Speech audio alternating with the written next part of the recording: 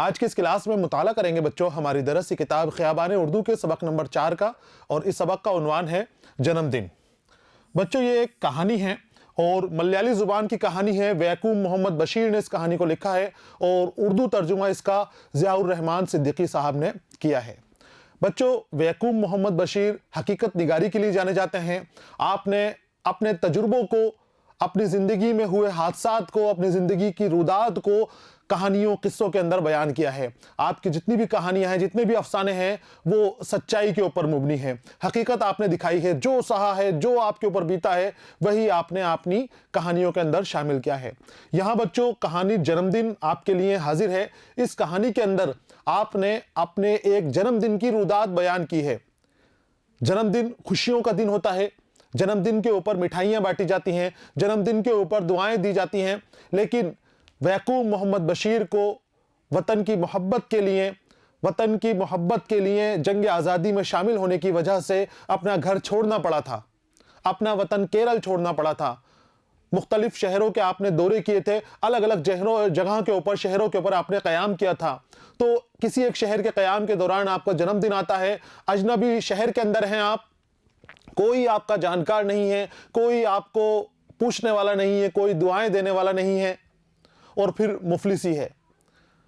चाय पीने तक के लिए आपके पास एक आना नहीं है, यानी इतना भी नहीं है कि आप अपनी ज़रूरियात, जो रोज़मर्रा की ज़रूरियात हैं, वो भी पूरी कर सकें। सब कुछ वतन के नाम पर वक्फ कर दिया है, निकल गए हैं, और उस वक्त ही जन्मदिन आया है। तो उस जन्मदिन की जो फाका कशी में गुजर रहा है, वो जन्मदिन जो वतन से दूर गुजर रहा है, आपने रुदाद इस कहानी जन्मदिन में बयान की है।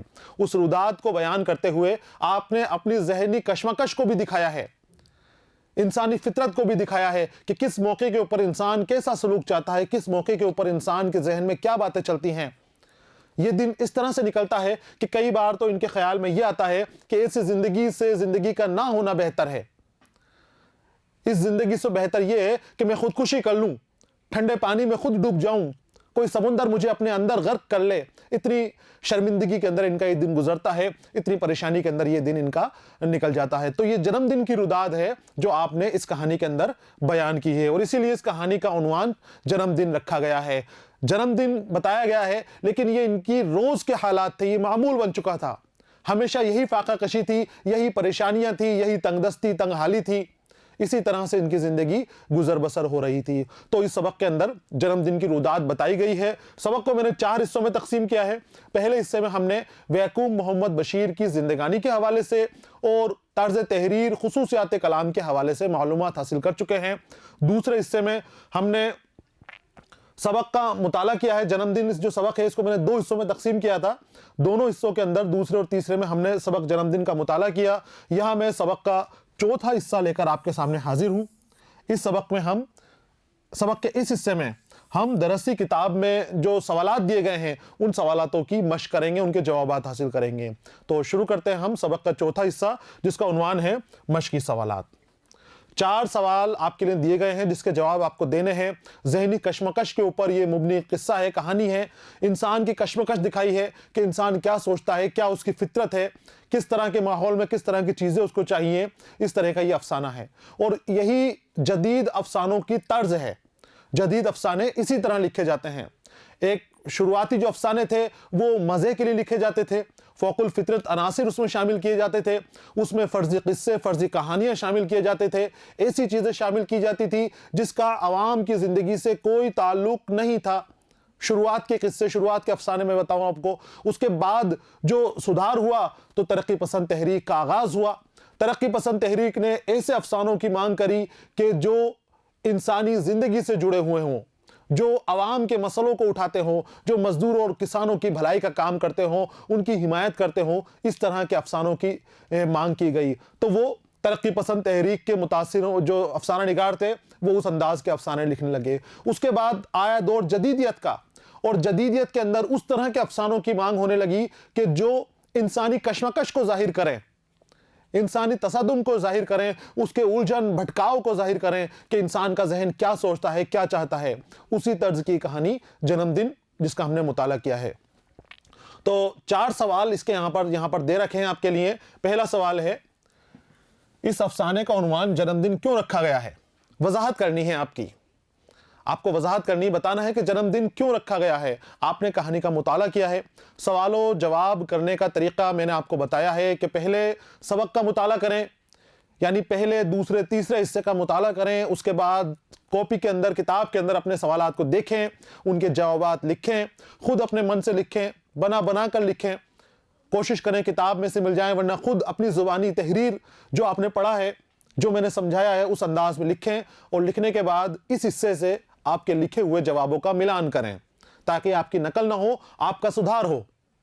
अगर आपने लिख लिया तो आप यहां से जो कमियां बेशी हैं वो सुधार के और उसको आप ठीक कर लें और फिर अपने उस्ताद को चेक कराएं। नकल करेंगे आप तो फिर वो बात नहीं आएगी, वो सरफराजी आपके अंदर नहीं आएगी जो आनी चाहिए। तो कोशिश करें कि पहले खुद आंसर दें, खुद जवाब लिख लें और उसके बाद यहां से उसका मिलान करें। पहला सवाल बताया गया बच्चों आपके लिए, इस अफसाने का उन्वान जन्मदिन क्यों रखा गया है। इस अफसाने का उन्वान जन्मदिन इसलिए रखा गया है क्योंकि इसमें जन्मदिन की रुदात बयान की गई है, मुसन्निफ के एक दिन की रुदात बयान की गई है कि उसका जन्मदिन किस तरह से गुजरता है, एक मुहिब्ब वतन का जन्मदिन किस तरह से गुजरता है, एक वतन के लिए सब कुछ कुर्बान करने वाले शख्स का जन्मदिन किस तरह से गुजरता है। मुसन्निफ ने अपने वतन के लिए अपना सब कुछ न्यौछावर कर दिया है, सब कुछ कुर्बान कर दिया है। सब कुछ मतलब सब कुछ।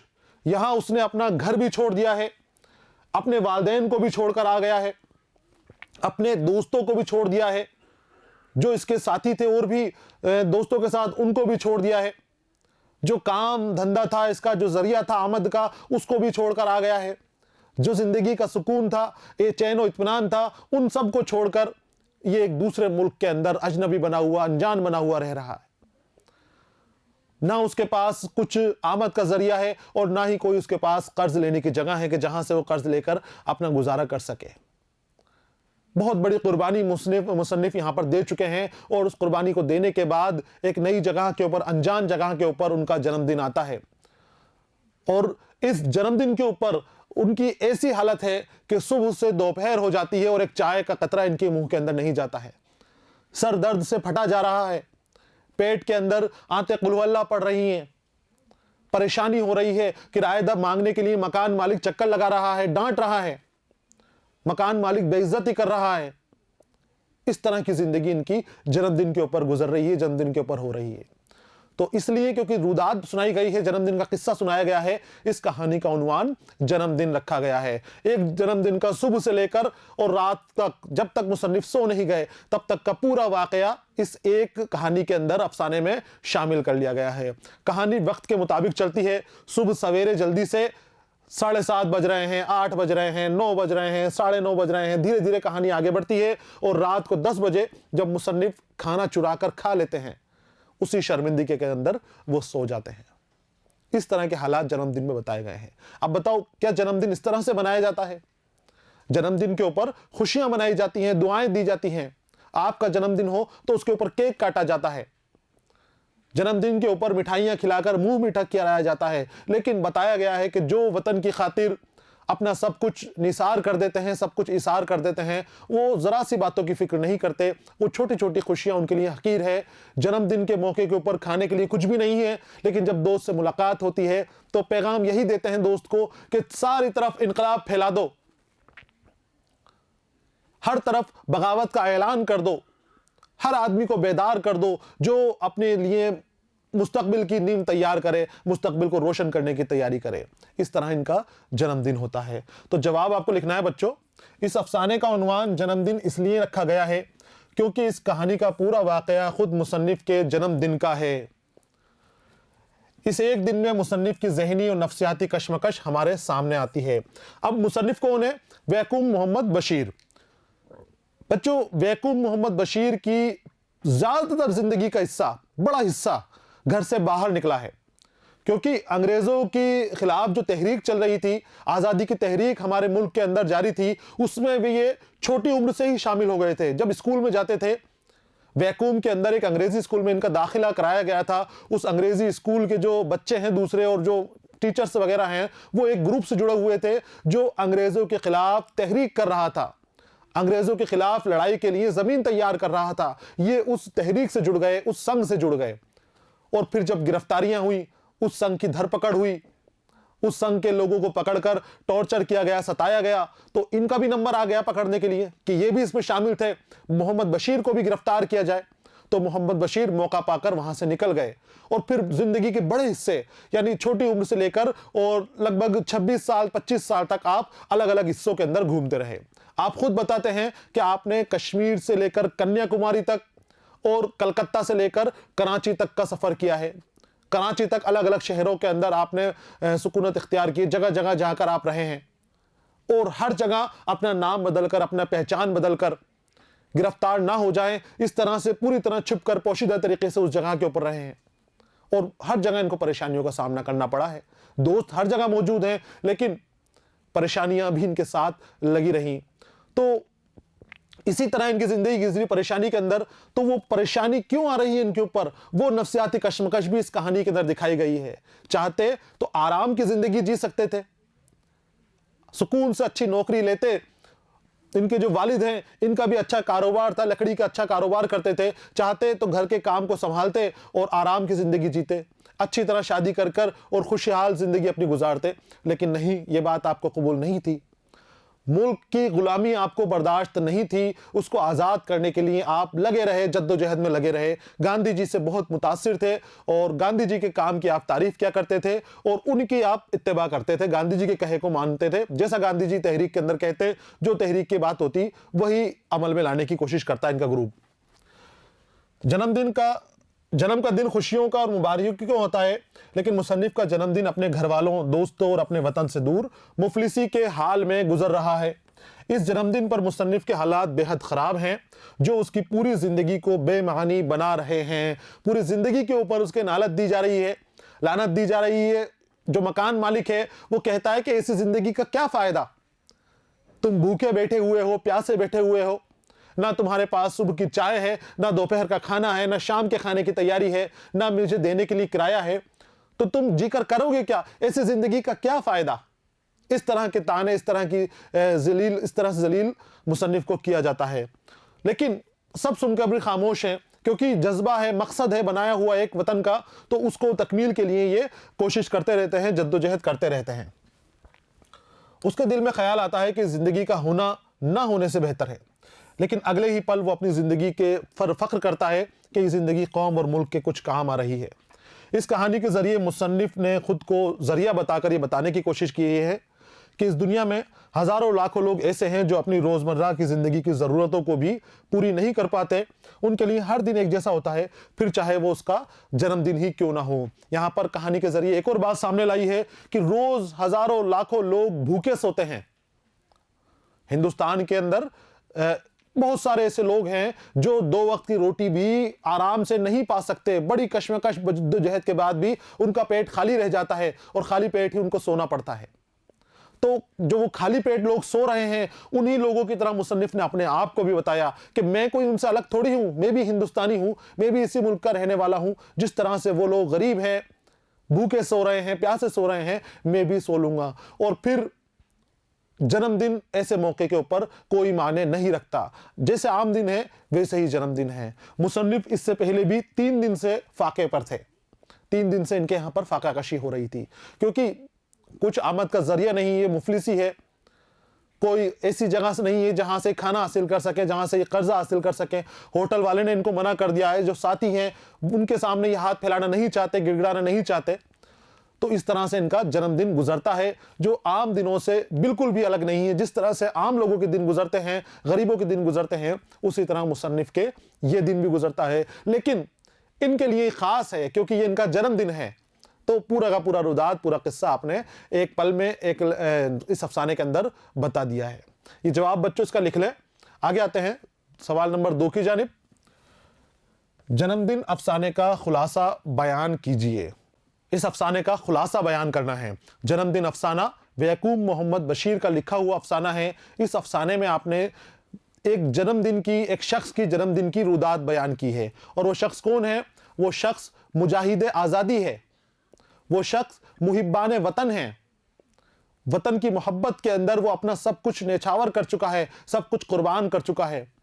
वो अब अपनी वतन की मोहब्बत में अपना घर बार, अपने साथी अहबाब, अपनी दौलत, अपनी जागीर सब कुछ छोड़ छाड़ कर एक गुमनामी की जिंदगी गुजर बसर कर रहा है। अकेला पड़ा हुआ है, जहां पर ना तो कोई उसको जानता है और ना ही कोई उसको पहचानता है, ना ही कोई उसकी मदद करने वाला यहां पर मौजूद है। उस जगह के ऊपर, इस अजनबी जगह के ऊपर यह शख्स अपना जन्मदिन मना रहा है, और जन्मदिन इस तरह से मन रहा है कि उसके पास खाने के लिए, पीने के लिए भी पैसे नहीं हैं। सुबह की चाय के लिए इसको दोपहर 3 बजे तक इंतजार करना पड़ता है, दोपहर के खाने के लिए इंतजार करना पड़ता है। दावत आती है कहीं से, ये सोचता है कि मैं उस दावत में चला जाऊंगा, लेकिन जो दावत देने वाला है वो दावत देकर भूल जाता है और फिर वो कहीं और निकल जाता है। होटल के ऊपर मुसन्निफ जाता है कि वहां पर उधार लेकर कुछ खा लिया जाए, पैसे कल दे देंगे, लेकिन कई दिनों का उधार चढ़ा हुआ है। बार बार उसी होटल से खाना खाते हैं, चाय पीते हैं, तो होटल वाला भी दुत्कार देता है। होटल वाला अपने बच्चे को, होटल के जो काम करने वाले हैं उसको हुक्म देता है कि जब तक पैसा नहीं आ जाए, पुराना पैसा नहीं दे दिया जाए, तब तक इनको खाना नहीं दिया जाए। इसी कश्मकश के अंदर कहानी आगे बढ़ती है और आगे फिर इनका दोस्त भी आते हैं, वो भी भूखे हैं, वो भी मुजाहिद आज़ादी हैं, वो भी मुहिब्ब वतन हैं, वतन के खातिर सब कुछ छोड़े हुए हैं। अब एक जगह जलसा हो रहा है, वहां मजदूरों की हड़ताल है, उस हड़ताल के अंदर मजदूरों को इनकलाब के लिए तैयार करना है, उनकी मदद करने जानी है, लेकिन वहां जाने के लिए भी पैसा नहीं है। मुसन्निफ के पास आते हैं कि मैंने कुछ नहीं खाया, तो तुम मुझे कुछ दे दो, मुझे खिला दो और वहां जाने के कुछ इंतजाम भी कर दो। मुसन्निफ कहते हैं कि जो तुम्हारी हालत है वही मेरी हालत है, मेरे पास भी कुछ नहीं है। तो और उसी वक्त बैंक क्लर्क का एक लड़का आता है, नौकर आता है, और वो कुछ इनकी मदद करता है। उसकी मदद के जरिए इन दोनों का काम बन जाता है, खाने का भी इंतजाम हो जाता है कुछ, और उसके वहां जाने का खर्चा वगैरह भी, किराया वगैरह भी निकल जाता है। तो बहुत मुफलिसी के अंदर, बहुत परेशानी के अंदर मुसन्निफ की ये दिन गुजरता है। पूरे दिन की रुदाद वक्त के साथ बांटी गई है, अलग अलग टाइम इसमें दिया गया है, उस टाइम पीरियड के मुताबिक कहानी आगे बढ़ती रहती है। सवेरे जल्दी से कहानी शुरू होती है, सुबह सवेरे से कहानी शुरू होकर रात को 10 बजे तक कहानी जाती है, और रात को 10 बजे तब तक ये कहानी जारी रहती है कि जब तक मुसन्निफ खाना चुराकर नहीं खा लेता है। जी हाँ बच्चों, आखिर में मुसन्निफ की यह हालत हो जाती है, भूख की वजह से इतना परेशान हो जाता है कि उसको अपने पड़ोसी का खाना चुराना पड़ता है। रास्ते के अंदर और भी कई लोग मिलते हैं इसको उससे पहले कि जो इसकी मदद कर सकते हैं लेकिन नहीं करते। एक शख्स, मिस्टर पी इस कहानी का किरदार है, वो चाहता तो इनकी मदद कर सकता था, लेकिन उसका जज्बा ऐसा नहीं है कि वो मदद करे, उसकी तमन्ना नहीं है कि इनकी मदद करे। सिर्फ ऊपरी तौर पर कुछ पूछता है, बात करता है, और फिर वापस मुसन्निफ को जाने के लिए कह देता। मुसन्निफ वहां से चले जाते हैं।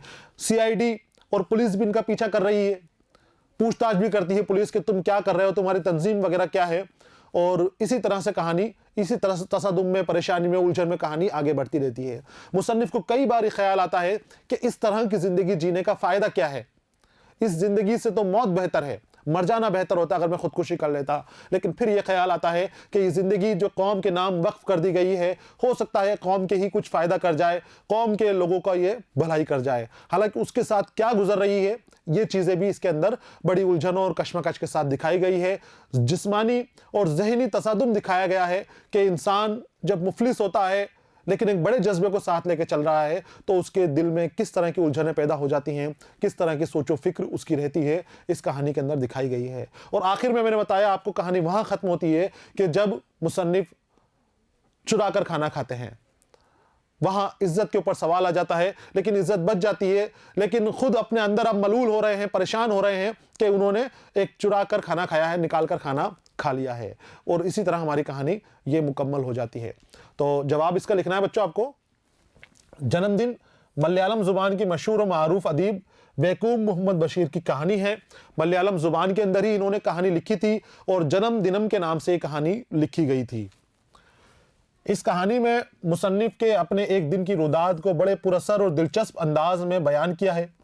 ये रुदाद सिर्फ एक दिन की रुदाद नहीं है, बल्कि पूरे जन्म की रुदाद है, क्योंकि मुसन्निफ का हर दिन एक जैसा है, उनमें कोई फर्क नहीं है। जैसा आज गुजरा है, जन्मदिन गुजरा है, वैसा ही गुजरा हुआ कल भी गुजरा था, पिछला कल भी निकला था, और आने वाला कल भी यही होने वाला था। मुसन्निफ को कोई उम्मीद नहीं है कि उसके इन रोजों में कोई तब्दीली होगी, कोई फर्क मालूम नहीं होने वाला था। तो जो जन्मदिन की रुदाद है वो उसके पूरी जिंदगी की रुदाद बन चुकी थी, पूरी जिंदगी एक किस्सा बन चुका था। मुसन्निफ तहरीक आज़ादी में सरगर्म हिस्सा लेने की वजह से अपने घर, दोस्त, अहबाब और वतन से दूर खाना बदोशों जैसी जिंदगी गुजार रहा है। मुआशी ज़रूरियात को पूरा करने के लिए कोई काम ना होने की वजह से तंगहाली है। 2 वक्त की रोटी भी सही तरीके से नसीब नहीं होती है क्योंकि फरार है। अब फरारी के आलम के अंदर नई जगह के ऊपर काम किस तरह से हासिल करें? अगर काम हासिल करेंगे तो अपनी पहचान जाहिर करनी पड़ेगी। पहचान जाहिर कर दी तो सीआईडी इनके पीछे लगी हुई है। वो फौरन पकड़ लेंगे कि तुम कौन हो, बताओ क्या करते हो यहां पर और किस लिए आए हो। और अगर राज खुल गया तो फिर इनको भी सजा दी जाएगी क्योंकि इनके साथियों को सजा दी जा चुकी थी। ये तो फरारी काट रहे हैं यहां पर। तो काम नहीं करने की वजह से मुआशी तंगी है, खाना पीना नहीं मिल रहा है और फाके के अंदर जिंदगी गुजर हो रही है। वतन की आज़ादी और इनकलाब की उम्मीद में अपना सब कुछ कुर्बान कर दिया है, लेकिन चेहरे पर ज़रा भी शिकन नहीं है। वो दिलो जान से खिदमत सरंजाम देते रहे हैं। आज मुसन्निफ का जन्मदिन है, लेकिन तंगदस्ती की वजह से जन्मदिन पर भी फाका कशी हो रही है क्योंकि जन्मदिन या कोई और दिन हो, हालात के लिए सब बराबर है। जैसे कल हालात थे इनके, वैसे ही आज हालात हैं। मुसन्निफ को सिर्फ एहसास इसलिए होता है कि आज मेरा जन्मदिन है। अगर मैं अपने घर के ऊपर होता, मैं इस तहरीक में शामिल नहीं हुआ होता, मैं अपने दोस्तों के साथ होता, तो फिर मेरा ये जन्मदिन अलग तरीके से मनाया जाता, अलग अंदाज के अंदर ये पूरा होता। बैंक क्लर्क कृष्णा पिल्ले का मुलाजिम लड़के जैसे कुछ अनजाने लोग उनसे हमदर्दी दिखाते हैं और मदद करते हैं, लेकिन ये मदद खुद को नागवार गुजरती है। मदद तो ले लेते हैं लेकिन इनका मन नहीं करता। बैंक क्लर्क कृष्णा पिल्ले का एक किरदार दिखाया गया है जो इनकी अपार्टमेंट में रहता है। जिस बिल्डिंग में ये है उसी बिल्डिंग के अंदर मकान किराए पर लेकर रहता है। उसका एक नौकर लड़का है, वो बड़ा हसास है लड़का, और जब इनको देखता है परेशान हाल के अंदर के भूखे प्यासे बैठे हुए हैं मालिक, तो उनको अपनी जमा पूंजी में से 2 आने निकाल कर देता है कि आप ये रख लें, मेरे पास यही है, और जब मैं जाऊंगा गांव तो मुझे वापस करते हैं। तो मदद ले लेते हैं। वतन परस्ती का जज्बा अभी भी भरा हुआ है, मदद ले लेते हैं, लेकिन उसमें भी आधा पैसा वतन की खातिर सर्फ कर देते हैं। लेकिन यहां पर इनको शर्मिंदगी का एहसास होता है कि एक छोटे बच्चे से, छोटे लड़के से ये उधार ले रहे हैं। यहां उसे अच्छे और बुरे लोगों की पहचान भी होती है कि कौन सच्चा हमदर्द और कौन सिर्फ उससे फायदा उठाना चाहता है। यहां पर उनकी मुलाकात मिस्टर पी से होती है। मिस्टर पी के नाम से मुसन्निफ के किस्से शाये होते हैं, अफसाने शाये होते हैं। अब उनकी अशाअत के बदौलत कुछ तो रकम मिलती होगी, कुछ तो रुपया मिलता होगा, लेकिन मिस्टर पी ने इनको कोई रुपया नहीं दिया। हत्ता यह है कि जब दुकान के ऊपर गए, इनकी दुकान के ऊपर बैठे, तो चाय का सिर्फ 1 कप मंगवाया और उसको हाथ में लेने के बाद मुसन्निफ से पूछते हैं क्या तुम चाय पियोगे? जबकि मुसन्निफ बहुत दिलो जान से चाय को चाह रहे थे, चाय पीना चाह रहे थे, सर दर्द हो रहा था, थके हुए थे, लेकिन फिर भी वो इनकार कर देते हैं, सिर्फ उस मिस्टर पी की हरकत की वजह से, उसके देने के अंदाज की वजह से। तो यहां पर उनको अच्छे और बुरे लोगों का भी पहचान होती है कि कौन उनसे फायदा उठाना चाहता है और कौन सही मायनों में उनका दोस्त है, उनका हमदर्द है। जब कहीं से खाने का इंतजाम नहीं होता है, तब भूख की शिद्दत की वजह से बताए बगैर अपने पड़ोसी का खाना खाता है और खाना चुराकर खाने की शर्मिंदगी के साथ उसका दिन खत्म हो जाता है। इस तरह से पूरी कहानी, पूरी दिन की रुदाद सामने आ जाती है। इस कहानी के जरिए मुसन्निफ खुद को जरिया बनाकर ये बताने की कोशिश कर रहे हैं कि इस दुनिया में हजारों लाखों लोग ऐसे हैं जो अपनी रोजमर्रा जिंदगी की जरूरतों को भी पूरा नहीं कर पाते हैं। उनके लिए हर दिन एक जैसा होता है, चाहे जन्मदिन हो या और दिन हो। जिस तरह से सारे दिन गुजरते हैं, जन्मदिन भी उनका इसी तरह से गुजरता है, और फिर चाहे वो उसका दिन जन्मदिन ही क्यों ना हो। साथ ही इस अफसाने के जरिए तहरीक आज़ादी के मतवालों के ऊपर होने वाला जुल्म सितम भी दिखाया गया है, जो वतन की आज़ादी के लिए अपना सब कुछ कुर्बान कर चुके हैं, सब कुछ छोड़ चुके हैं और वतन की मोहब्बत में घर से बाहर निकल गए हैं। तो नाम तो उनके बड़े बड़े हैं, उनको बड़े बड़े आज एजाज दिए जा रहे हैं, उनको याद किया जा रहा है, लेकिन उस वक्त उनके साथ क्या गुजरी ये उनका दिल ही जानता है। फाका कशी के अंदर उनकी जिंदगी गुजर होती थी, सही वक्त के ऊपर खाना नहीं मिलता था, रोटी नहीं मिलती थी, लेकिन बगैर किसी को फिक्र किए, बगैर किसी चीज की फिक्र किए वो अपने कामों के अंदर, अपने मकसद के अंदर लगे रहते थे। तो यहाँ पर उनके हालात भी बताए गए हैं, उनका दर्द भी यहाँ पर समेटा गया है। ये बच्चों इस कहानी का खुलासा है जिसे आपको लिख लेना है। अगले सवाल की तरफ आते हैं। सवाल नंबर 3 है, अफसाना निगार के जन्मदिन के वाकयात में किस वाक़े ने आपको बेहद मुतासिर किया? जन्मदिन के वाकयात के अंदर इस रुदाद में, कहानी में कई वाकयात सामने आए हैं। सबसे ज्यादा मुतासिर आपको कौन से वाकये ने किया, वो आपको बताना है। एक वाकया मैंने यहां पर लिखा है, बहुत सारे वाकयात ऐसे हैं जो हमें मुतासिर करते हैं, एक नहीं कई किस्से इसके अंदर दिए हैं। मुसन्निफ का मिस्टर हामिद के घर के ऊपर जाना बड़ा दिलचस्प किस्सा है। जब मुसन्निफ सुबह उठते हैं, चाय का इंतजाम नहीं हो पाता है, परेशान है, लेकिन उनको ये यकीन है कि आज मुझे खाना मिल जाएगा, लंच का इंतजाम हो जाएगा। वो क्यों? क्योंकि उनके साथी जो एक शायर हैं, लेकिन बड़े अमीर आदमी हैं, छोटे शायर हैं, वो दावत दे चुके थे मुसन्निफ को, अपने घर बुला चुके थे कि कल का लंच हम साथ में करेंगे, खाना साथ में खाएंगे। तो वो किस्सा कि लंच की उम्मीद में मुसन्निफ बैठे हुए हैं, कमजोरी है, लेकिन एक मील चलकर वो लंच के लिए जाते हैं। वहां जाकर पता चलता है कि मिस्टर हामिद है ही नहीं, वो तो उनको भूल गए और किसी काम से शहर से बाहर चले गए, रात को देर तक आएंगे। खत्म लंच की उम्मीद। ये वाकया भी बड़ा मुतासिर करने वाला है, गहरे असरात अपने ऊपर छोड़ता है।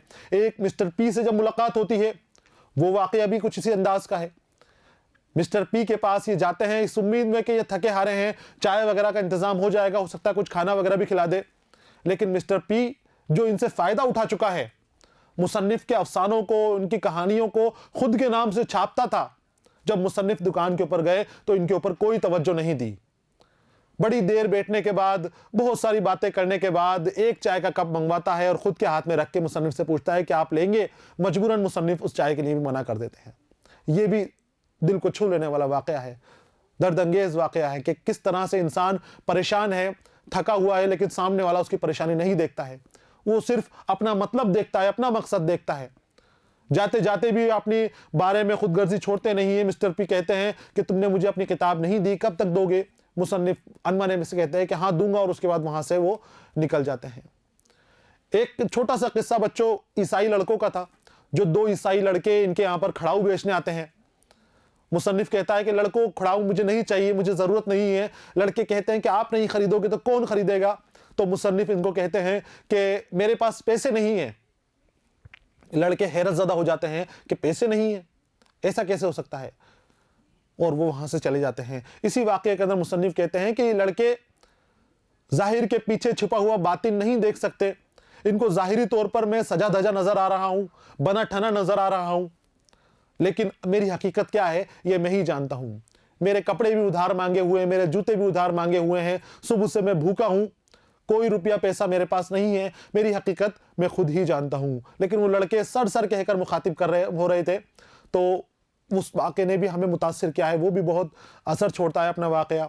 बहुत सारे वाक़े इसके अंदर छोटे छोटे इसके अंदर डाले गए हैं। एक वाक़या जो लेकर आया हूं मैं आपके सामने, ये कृष्णा पिल्लई के नौकर का वाक़या है।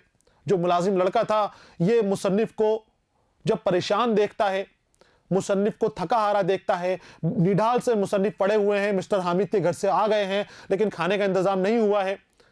आने जाने के अंदर थकान और बढ़ गई है, सुबह से ना तो चाय पिया है, ना एक लुकमा मुंह के अंदर गया है। निढाल है, परेशान है कि क्या करें, सर में भी दर्द हो रहा है। वो लड़का आता है, माचिस मांगने के लिए आता है, मुसन्निफ उससे पानी मांगकर पीते हैं।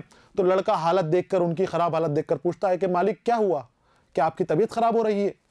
मुसन्निफ इनकार करते हैं कि नहीं, तबीयत खराब नहीं हो रही, ऐसे ही। लड़का फिर पूछता है कि क्या हुआ, आपने खाना खाया है नहीं खाया? मुसन्निफ इनकार कर देते हैं कि खाना नहीं खाया। लड़का पूछता है क्यों नहीं खाया? वो कहते हैं कि बस ऐसे ही, और फिर खामोशी से अपना मुंह बंद कर लेते हैं, आंखें बंद कर लेते हैं। लड़का समझ जाता है कि इनके पास रुपयों पैसों का इंतजाम नहीं है, खाने का इंतजाम नहीं है, तो खाना कैसे खाते? वो फिर उनको झंझोड़ता है कि मालिक उठ जाइए, मेरे पास 2 आने बचा के रख रखे हैं मैंने अपने गांव जाने के लिए, मेरी तनख्वाह में से बचाए हुए पैसे हैं, वो आप ले लीजिए, और जब मैं गांव जाऊं तब ये पैसे मुझे वापस दे दीजिएगा। मुसन्निफ को बड़ा हैरत होती है उस बच्चे की कुर्बानी के ऊपर, बच्चे के जज्बे के ऊपर, उस बच्चे की इंसानियत के ऊपर बड़ी हैरत होती है उनको। और वो कुछ कहते हैं उससे पहले कि वो खुद बच्चा जाकर वो पैसे ले आता है।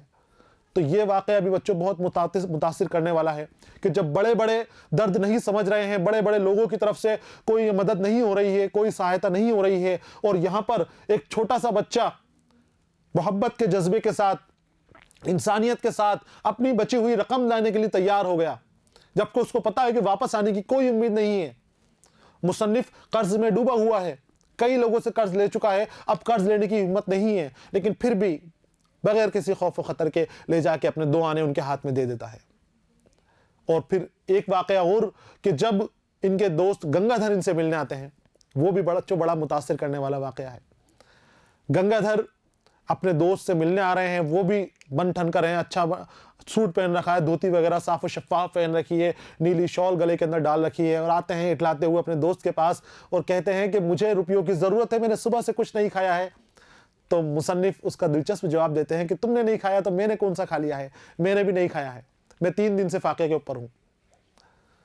मुतासिर करने वाला वाक़या है कि वतन की खिदमत करने वाले शख्स जो वतन के लिए अपना सब कुछ छोड़ चुके हैं और वो 3-3 रोज से फाके कर रहे हैं। हैरत होती है हमें अपने आप के ऊपर, उस वक्त के मुआशरे के ऊपर कि किस तरह का मुआशरा बना दिया गया था, किस तरह के लोग हो गए थे कि ज़रा सी उनको उन लोगों की फिक्र नहीं है कि उनका पड़ोसी 3 दिन से भूखा बैठा हुआ है, कुछ खाने का इंतज़ाम उसका नहीं है तो कुछ कर दे। जबकि पूरा भरी पूरी बिल्डिंग थी, बहुत सारे लोग वहाँ पर रहते थे, स्टूडेंट्स भी किराए के ऊपर रहा करते थे, बैंक के क्लर्क और दूसरे महकमे में जो क्लर्क है वो भी उस जगह के ऊपर रहा करते थे, लेकिन किसी को एक दूसरे का ख्याल नहीं है, सब अपने आप के अंदर मगन हैं, सिनेमा देखते हैं, सिगरेटें पीते हैं, रंगरलिया करते हैं, गानों वगैरह पे डांस करते हैं ऊपर बैठे हुए, लेकिन किसी की ये फिक्र नहीं कि कोई भूखा सो रहा है या नहीं सो रहा। तो वो उस लड़के से मिले हुए 2 आने एक अपने दोस्त गंगाधर को दे देते हैं और दूसरे से कुछ खाने पीने की चीज़ें मंगाकर वो वक्त निकालते हैं। तो वो किस्सा जो है बच्चों इस तरह से है। बहुत सारे वाक़यात हैं। एक वाक़या इस तरह से है कि जब 3:30 बजे के करीब मुसन्निफ भूख से बेताब हैं, उसकी ज़ुबान लड़खड़ा रही है और वो सोचता है कि काश मैं अपने आप किसी समुंदर में ठंडे पानी में डूब सकता। इसी हालात में बैंक क्लर्क कृष्णा पिल्ले का मुलाजिम लड़का माचिस मांगने आया और मुसन्निफ ने उससे पानी का गिलास मंगवाया। लड़का मुसन्निफ की हालत देखकर पूछता है कि मालिक, आपकी तबीयत ठीक नहीं है, क्या आपने खाना नहीं खाया? तब मुसन्निफ कोई जवाब नहीं देता और अपनी आंखें बंद करके खामोश लेटा रहता है। ये वही किस्सा है जो मैंने आपको सुनाया है। कई किस्से हैं इसके अंदर, आपको वो लिखना है जो आपको सबसे ज़्यादा पसंद आया हो। आपने भी सबक का मुताला किया है, पढ़ा है, पूरा जन्मदिन की रुदाद आपने पढ़ी है, जो आपको सबसे ज़्यादा मुतासिर करने वाला हो, चाहे वो गंगाधर का किस्सा हो, चाहे वो मिस्टर पी का किस्सा हो या मिस्टर हामिद का किस्सा हो या भीख मांगने वाली औरत का किस्सा भी है, वो किस्सा आप पढ़ें, वो किस्सा हो तो वो भी आप लिख सकते हैं। ईसाई लड़कों वाला किस्सा है, वो भी आप चाहें तो लिख सकते हैं। कई इसमें कहानी के अंदर ऐसे वाक़े हैं जो हमें मौसर करते हैं, हमें सोचो फिक्र के ऊपर मजबूर कर देते हैं।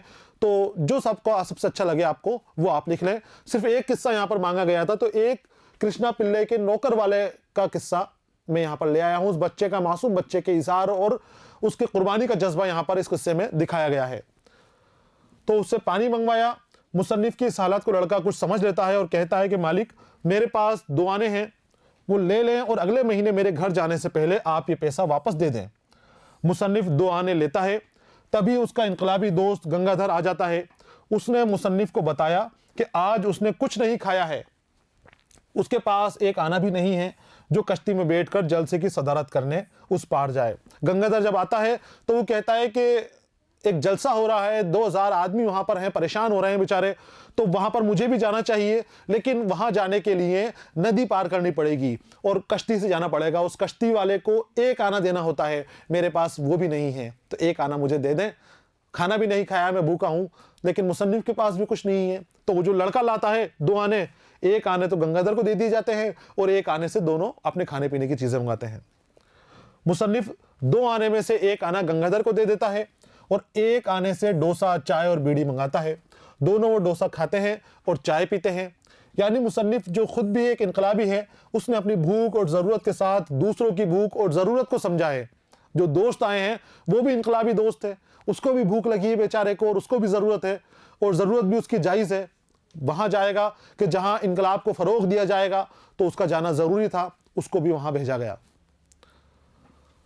तो भूख और ज़रूरत को समझकर अच्छे हैं। और वो रहमदिल बच्चा जिसने भूखे मुसन्निफ का चेहरा देखकर महसूस कर लिया इस शख्स ने खाना नहीं खाया, वो भी काबिले तारीफ है। यानी उस बच्चे की रहमदिली यहाँ पर दिखाई गई है, उसकी इंसानियत दिखाई गई है कि वो चेहरा देखकर पहचान गया कि ये कमजोरी क्यों है। कई दिन से खाना नहीं खाया है, सुबह से चाय नहीं मिली है, तो फिर ये परेशान है और फिर वो उनकी मदद करता है। इस किस्से ने मुझे सबसे ज़्यादा मुतासिर किया है, तो मैंने यहाँ पर लिख दिया है और मैंने बताया कि और भी किस्से हैं, जो आपको अच्छा लगे वो किस्सा आप इसका लिख लें। हर सवाल जो जवाब है इसका जो भी लिखेंगे आप, वो इस सवाल का जवाब माना जाएगा।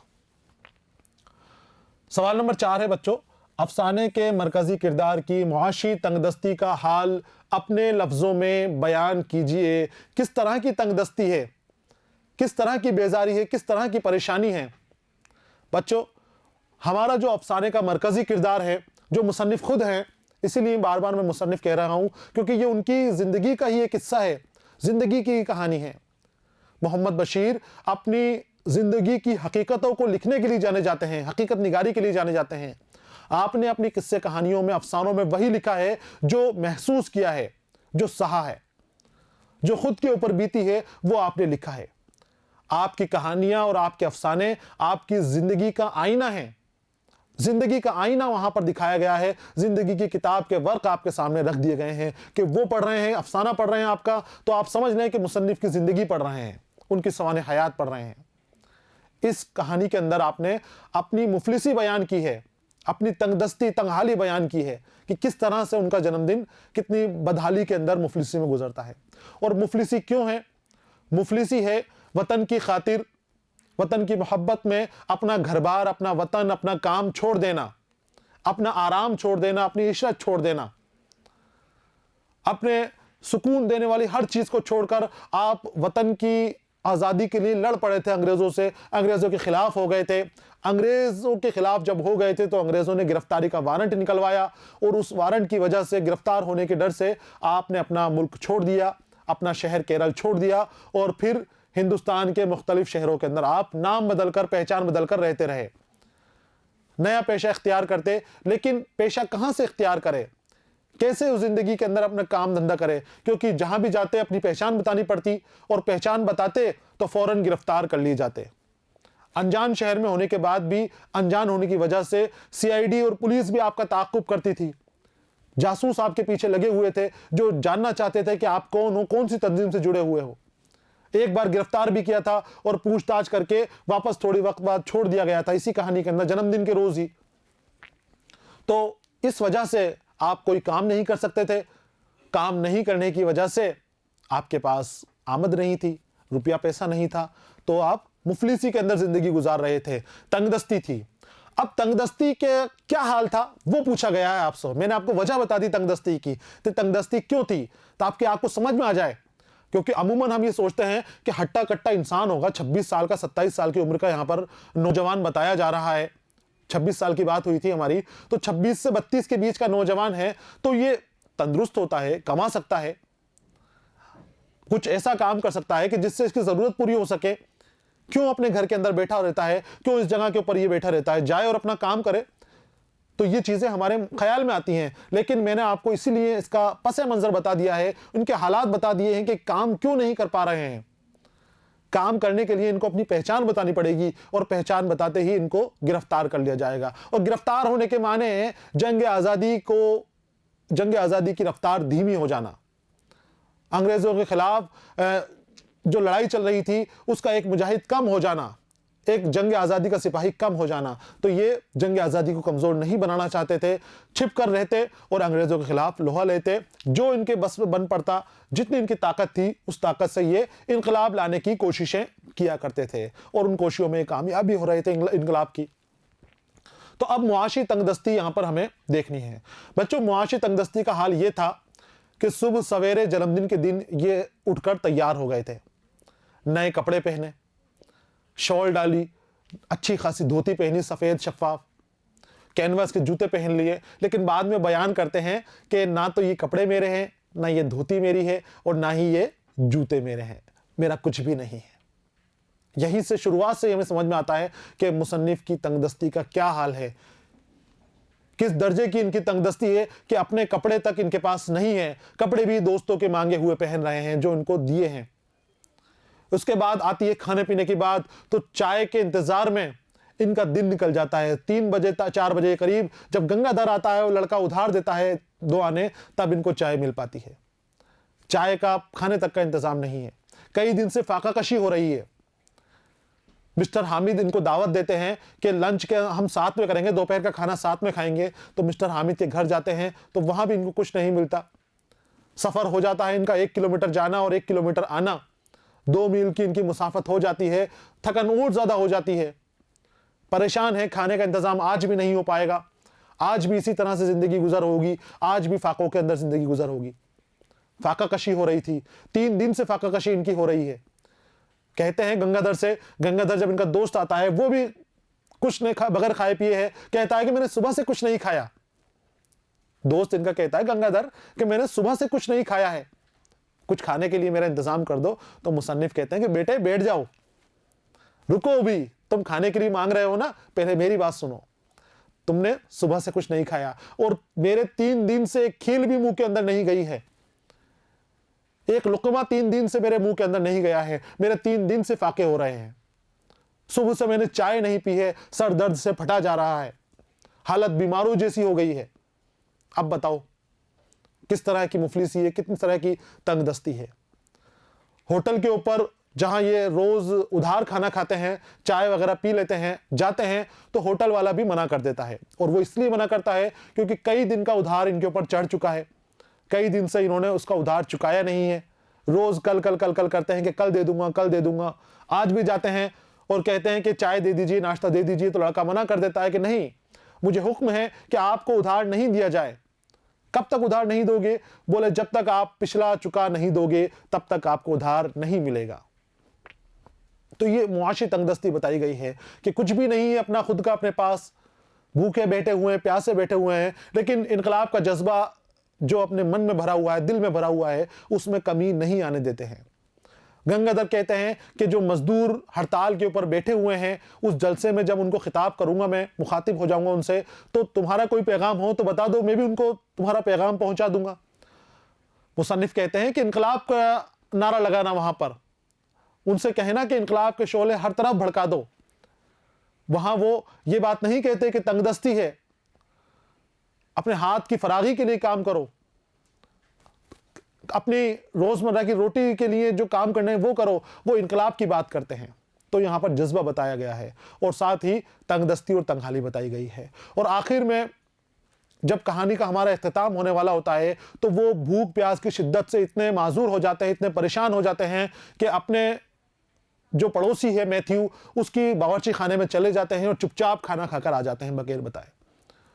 उनको पता है कि इसके बाद जिल्लत हो सकती है, जलील किया जा सकता है, बदनामी हो सकती है, रुसवाई हो सकती है कि खाना चुरा कर खाया है इसने, लेकिन भूख की वजह से परेशान हो जाते हैं। 3 दिन से कुछ नहीं खाया है, सिर्फ दोपहर में थोड़ा डोसा वगैरह चाय पी थी, अब भूख बर्दाश्त नहीं होती, चुपचाप जाते हैं और वो खाना चुरा के खाते हैं। तो इस तरह की इनकी तंगहाली बताई गई है, इनके खाली हाथ बताया गया है। इसका जवाब अच्छा आपको इस तरह से लिखना है, अफसाने का मरकजी किरदार अपनी मुआशी तंगदस्ती की वजह से बुरे हालात में है। मुफलिसी ने उससे इस कदर घेरा हुआ है कि खाना तो दूर की बात है, चाय का इंतजाम होना भी उसके लिए बड़ी बात है। सुबह से 3 बज जाते हैं लेकिन चाय का इंतजाम नहीं हो पाता है। आखिर में एक लड़का जो कृष्णा पिल्ले का नौकर है, वो इनको कुछ रुपये उधार देता है, कुछ आने उधार देता है, जिसकी वजह से चाय का इंतजाम हो पाता है। यहां तक कि मुसन्निफ के कपड़े भी दोस्तों से मांगे हुए हैं। मुसन्निफ तहरीक आज़ादी से जुड़ा हुआ एक सच्चा मुहिब्बे वतन है। अंग्रेजों के खिलाफ लड़ाई में शामिल होने की वजह से उसे अपना घर बार, दोस्त वगैरह, अपना सब कुछ छोड़ना पड़ा है। कुछ भी इसका अपना नहीं है। घर से दूर ना तो कोई उसे जानता है और ना ही उसके पास मुआशी ज़रूरियात को पूरा करने के लिए कोई काम है। अब कोई नहीं जानता, ये बात भी यहाँ पर दी गई है कि घर से दूर उसे कोई नहीं जानता है। अब जानने से क्या मतलब है?